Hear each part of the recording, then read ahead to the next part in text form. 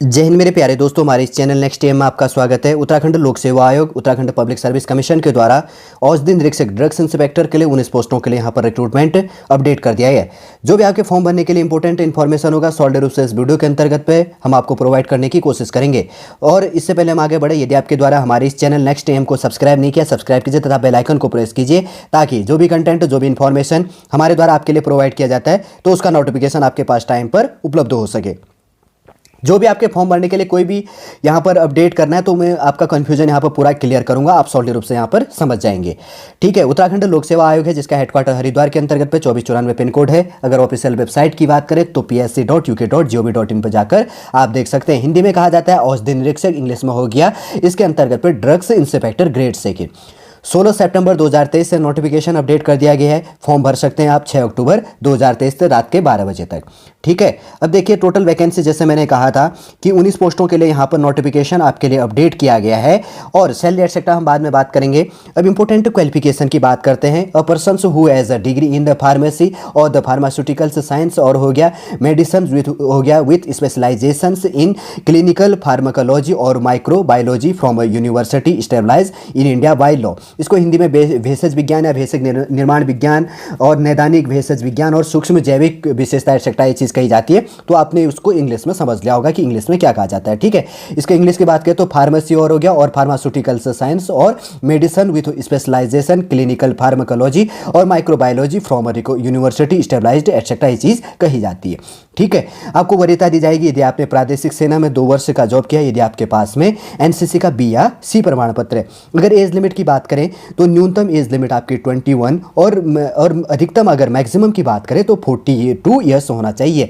कम से कम आपकी साल 21 साल और अधिक से अधिक आपकी 42 साल होनी चाहिए। देखिए पोस्टों का जो बंटवारा किया गया है कैटेगरी वाइज वाले बेस में, अनरिजर्व कैटेगरी के लिए 14 पोस्ट हैं, 19 में से 3 पोस्ट हैं फीमेल के लिए, उत्तराखंड फीमेल। अनुसूचित जाति शेड्यूल कास्ट के लिए 2 पोस्ट हैं, 1 पोस्ट फीमेल के लिए रिजर्व है, उत्तराखंड फीमेल। शेड्यूल ट्राइब के लिए कोई पोस्ट रिजर्व नहीं है। अन्य पिछड़ा वर्ग ओबीसी अदर बैकवर्ड क्लास के लिए 2 पोस्ट रिजर्व हैं, 1 पोस्ट फीमेल के लिए रिजर्व है। और आर्थिक रूप से कमजोर वर्ग के लिए 1 पोस्ट रिजर्व है, 1 पोस्ट है, और कोई फीमेल बेस के अंतर्गत तो यहाँ पर रिजर्व नहीं है। टोटल 19 पोस्टें यहाँ पर होगी और उसमें से 5 पोस्टें कैटेगरी वाइज रिजर्व है। ठीक है, अब इसके अंतर्गत की बात करें तो ओरिजेंटल और वर्टिकल दोनों बेस में दिया जाता है। आप इस चीज़ का भी थोड़ा सा ध्यान में रखिएगा। ठीक है, क्योंकि ये फॉर्म भरने के लिए इंपॉर्टेंट क्वालिफिकेशन बेस है, तो जिसका ये बेस क्वालिफिकेशन है तो वो इसके लिए एलिजिबल है। एटसेट्रा अपना माथा फोड़ी मत कीजिएगा आप इसके लिए कि क्या मैं भरूँ नहीं भरूँ, ये चीज़ें वो चीज़ें करके आप समझ गए हैं। तो ड्रग्स इंस्पेक्टर बेस के लिए है तो आपके लिए। अब देखिए फॉर्म फीस काफ़ी इंपॉर्टेंट हो जाता है। अनरिजर्व कैटेगरी के लिए 172 रुपये 30 पैसा, शेड्यूल कास्ट के लिए 82 रुपये 30 पैसा, और शेड्यूल ट्राइब के लिए भी 82 रुपये 30 पैसा। और उसके बाद की बात करें तो अन्य पिछड़ा वर्ग ओबीसी के लिए 172 रुपये 30 पैसा, इकोनॉमिकल वीकर सेक्शन के लिए भी 172 रुपये 30 पैसा। ऑर्फेन के लिए कोई फॉर्म फीस नहीं है, और उत्तराखंड दिव्यांग के लिए 22 रुपये 30 पैसा यहाँ पर फॉर्म फीस है। ठीक है, ये चीज़ भी आप यहाँ पर इसके अंतर्गत पे समझ गए होंगे। और जो भी यहाँ पर रिजर्वेशन दिया जाता है एक्सेट्रा जो चीज़ होता है तो उसका भी है यहाँ पर गाइडलाइन दिया हुआ। उतना कोई भी यहाँ पर ज़रूरत नहीं है देखने के लिए, मैं वही शॉर्टली बात कर रहा हूँ जो भी केवल फॉर्म भरने के लिए ज़्यादा इंपॉर्टेंट पॉइंटें निकल के आती हैं। ठीक है, अब देखिए यहाँ पर थोड़ा सा सॉलिड रूप से सिलेबस भी देखो। फार्मास्यूटिकल से साइंस से 200 क्वेश्चन पूछा जाएगा, 200 नंबर का, 3 घंटे के अंतर्गत पर सॉल्व करनी है।